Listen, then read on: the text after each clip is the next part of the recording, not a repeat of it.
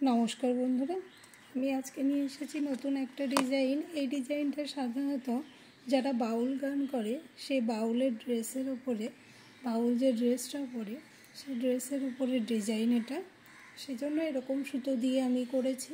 আশা করি আপনাদের ভালো লাগবে এবং শেষ পর্যন্ত একটু দেখবেন প্লিজ। সবার কাছে রিকোয়েস্ট, সবাই শেষ পর্যন্ত একটু দেখবেন, তাহলে বুঝতে পারবেন ডিজাইনটা কেমন হয়েছে। আর আপনাদের মতামত অবশ্যই জানাবেন কমেন্ট এবং লাইকের মাধ্যমে। ভালো লাগলে অবশ্যই শেয়ার করবেন সবার সঙ্গে। তো চলুন, আজকে আমি একটা গল্প পড়ব। সেটা হলো আগামী দিনে শেষ হয়েছিল যে অংশটা, নিবেদিতার বিদ্যালয়ের সূচনা, তার পরবর্তী অংশটুকু যেটুকু বাদ ছিল। তারপরে নিবেদিতা বরাবরই খুব কঠোর জীবনযাপন করেছেন। বিশেষত এই সময় তার আহার ছিল ফল ও দুধ। মানে যখন প্লেগ হয়েছিল, প্লেগের সময় যখন প্লেগের মহামারী শুরু হয়েছিল, তখন তো সবাইকে সেবা করছিল।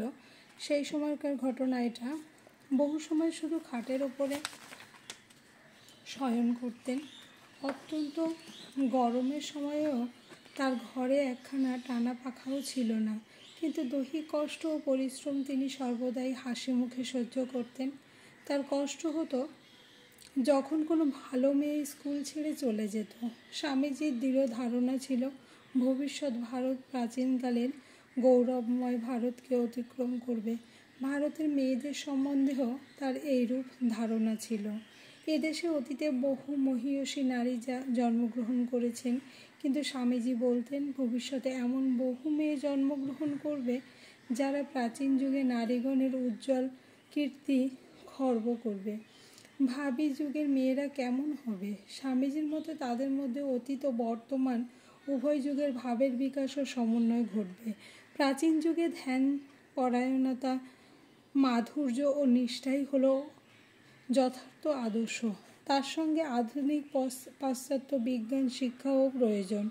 আগামী যুগের মেয়েদের মধ্যে একদিকে থাকবে বীরচিত্ত দৃঢ় সংকল্প, আর একদিকে জননীর মতো কোমল হৃদয়। পবিত্রতা, কোমলতা ও মাধুর্যের সঙ্গে বিরাজ করবে স্বাধীনতা, তেজ ও আত্মনির্ভরতা।